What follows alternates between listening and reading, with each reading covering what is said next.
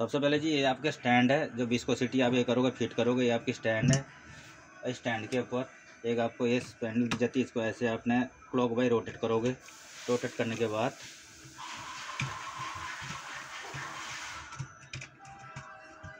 ये full rotate हो जाएगा। रोटेट होने के बाद इसके अंदर एक नट लगी हुई है। इस नट को आपने क्या करना है, जैसे भी ये आते हैं ये नट अपना टाइट कर देना है। चाहे ऐसे कर सकते हो, चाहे एंटी क्लॉक वाइज कर सकते हो। जैसे सपोज मैंने ऐसे करके आपको दिखाया था। अगर आप कर चाहे तो आप इसको नट को बैक साइड में भी लगा सकते हो। मैंने नट खोल देता हूँ इस चाबी के सहारे। खोलने के बाद इसे ऐसे एंटी क्लॉक वाइज रोटेट करोगे, ओपन हो जाएगा। ओपन होने के बाद अपने इसके अंदर ऐसे क्लॉक वाइज रोटेट करना है। रोटेट करोगे ये टाइट हो जाएगा। टाइट होने के बाद इसकी बैक साइड में नट लगा देना है, बट पोजीशन के हिसाब से।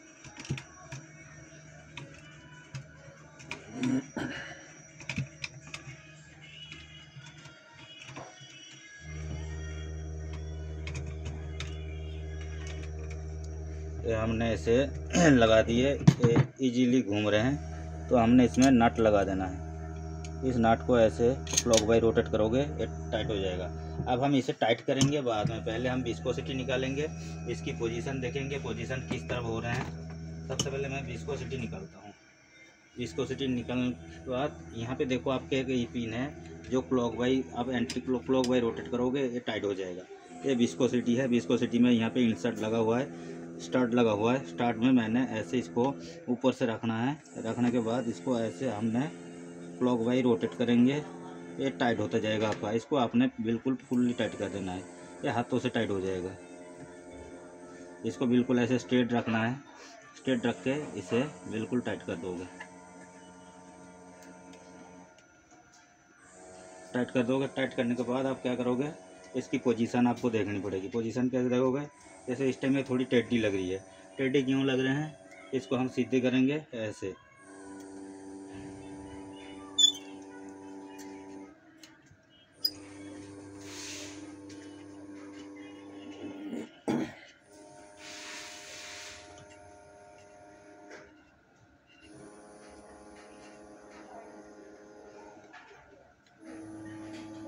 इसका हम पोजीशन देखेंगे। ये जो आपके अंदर ये लगा हुआ है ये बिल्कुल सीधी लगनी चाहिए। सीधी हो जाएगा। होने के बाद आपने इसे बिल्कुल टाइट कर देना है। टाइट करने के बाद आप क्या करोगे,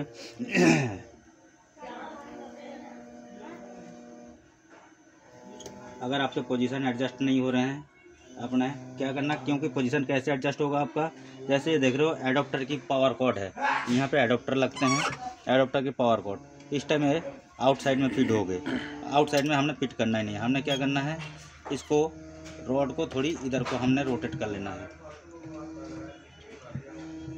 इसे एंटी क्लॉक वाइज इस नट को ओपन करके हमने इसे ओपन कर लेना है।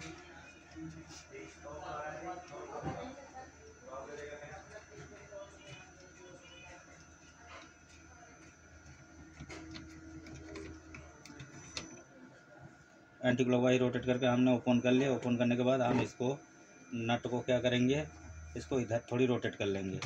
कैसे करेंगे,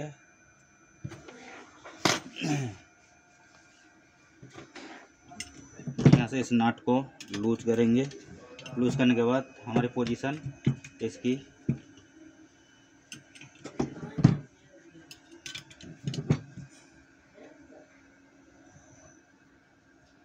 इस सेट को कर देंगे।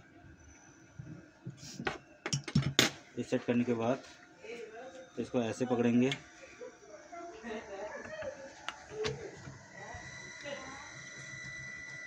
इसे हम क्लॉक वाइज रोटेट करते रहेंगे।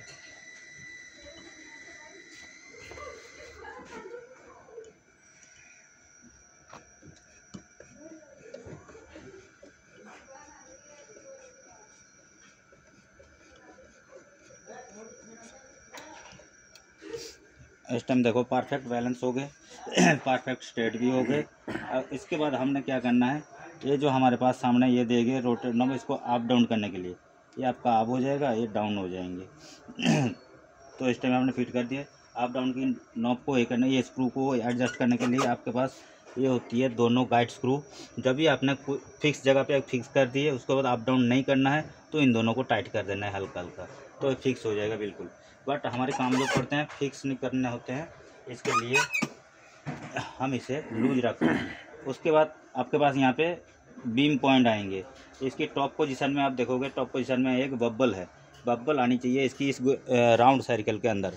ये छोटा सी राउंड सर्कल है, इसके अंदर आना चाहिए। ये कैसे आएंगे, ये आपके 3 लेग्स लगी है, 3 लेग्स को अप डाउन करके आएंगे। 3 लेग्स को आप अप डाउन करोगे, ये ऑटोमेटिकली सेंटर में आ जाएगा।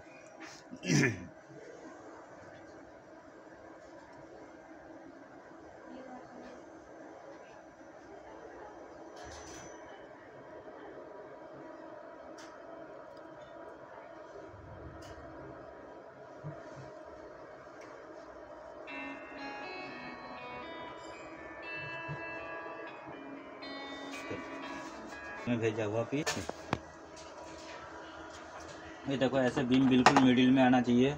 जैसे मिडिल में मैंने इस टाइम लेके आया, मिडिल में ले आने के बाद आपने क्या करना है, ये आपके स्पैंडल सेट है, स्पैंडल सेट आपने ये स्पैंडल सेट है।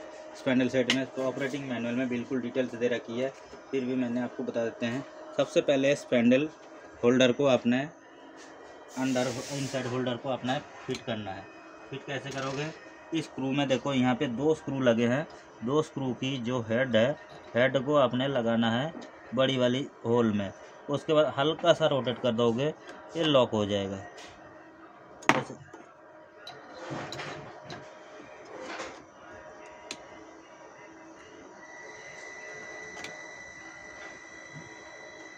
ये हल्का सा मैंने रोटेट कर दिया, ये लॉक हो गई। इसके बाद मैंने क्या लगाना है इसमें, ये है आपका टेम्परेचर प्रोब और एडाप्टर।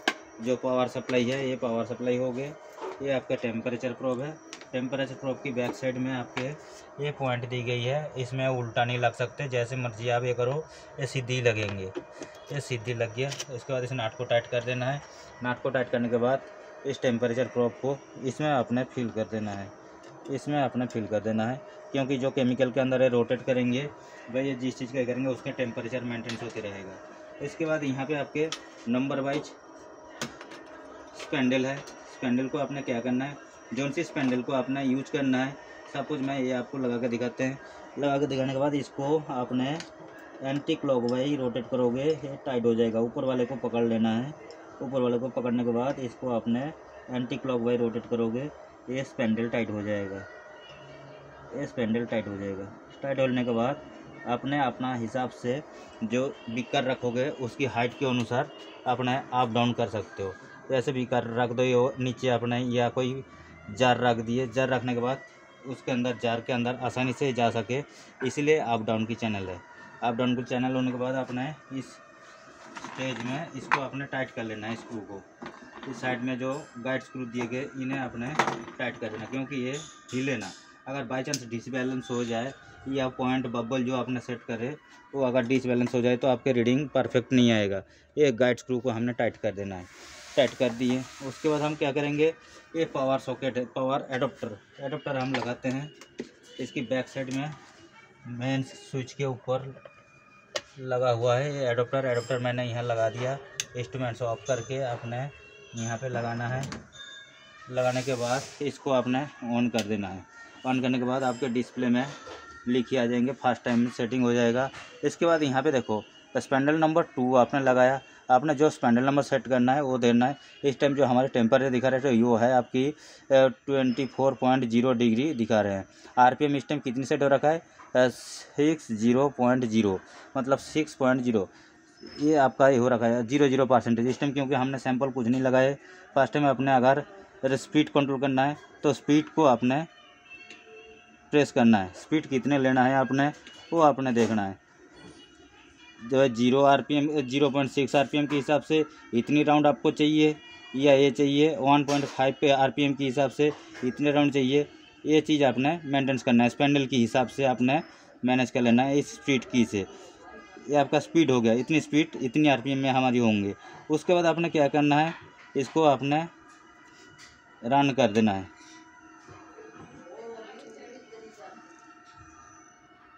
रन करने के बाद आपकी क्या दिखा रहा है, 0 दिखा रहे हैं।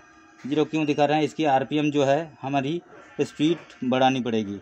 स्पीड बढ़ाएंगे तो हमारी ये चल पड़ेंगे। जो सबसे इसकी है हाईएस्ट आरपीएम है 120।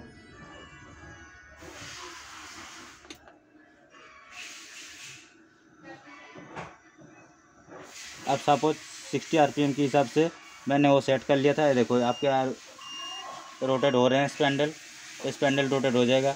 उसके बाद प्रोसेसिंग क्या आएगी, जो टाइमिंग आपने क्या सेट करना है, कितने टाइम के अंदर आपने रीडिंग लेना है, देखना है, वो आपने करना है। रीस्टार्ट सबसे पहले करोगे, उसके बाद आपने इस चीज़ को आपने करना है।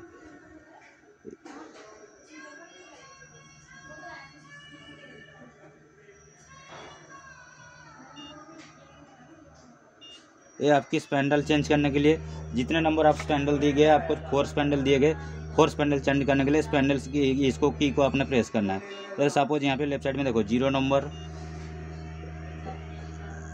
SPL spindle number 1। SPL का मतलब होता है spindle number 1, spindle number 2, spindle number 3, spindle number 4। तो आपने स्पेंडल सिलेक्ट करना है, उसके हिसाब से कितने आरपीएम में कितने राउंड चाहिए आपको, वो स्पीड आपने सेट कर लेना है। स्पीड के हिसाब से आरपीएम आप सेट करोगे। आरपीएम कितनी सेट होगी, इससे आपके सबसे हाईएस्ट है 120 आरपीएम।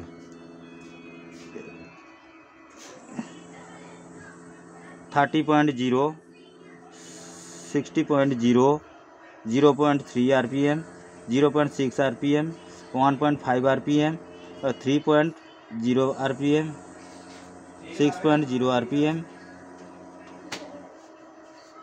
12.0 आरपीएम। 120 आरपीएम नहीं है, 12.0 आरपीएम है। तो इसी हिसाब से आपने जब सेट कर लोगे, सेट करने के बाद रन करोगे। रन करने के बाद आपके स्पेंडल रोटेट होगा। इस टाइम आप देख रहे हो स्लोली हो रहे हैं। जितने भी स्पेंडल 1 में 12.0 में आरपीएम में मैंने सेट कर दिया, ये स्पेंडल उसी हिसाब से रोटेट हो रहे हैं। जैसे आरपीएम बढ़ते जाएंगे ऐसे इसकी राउंड बढ़ते जाएगा। आरपीएम का मतलब राउंड बढ़ते जाएंगे। तो राउंड के लिए मैंने क्या करना है, इस टाइम इसकी राउंड बढ़ा देता हूँ। ये देखो आपके सामने इसकी स्पीड बढ़ गई और भी ज़्यादा स्पीड हो जाएगा।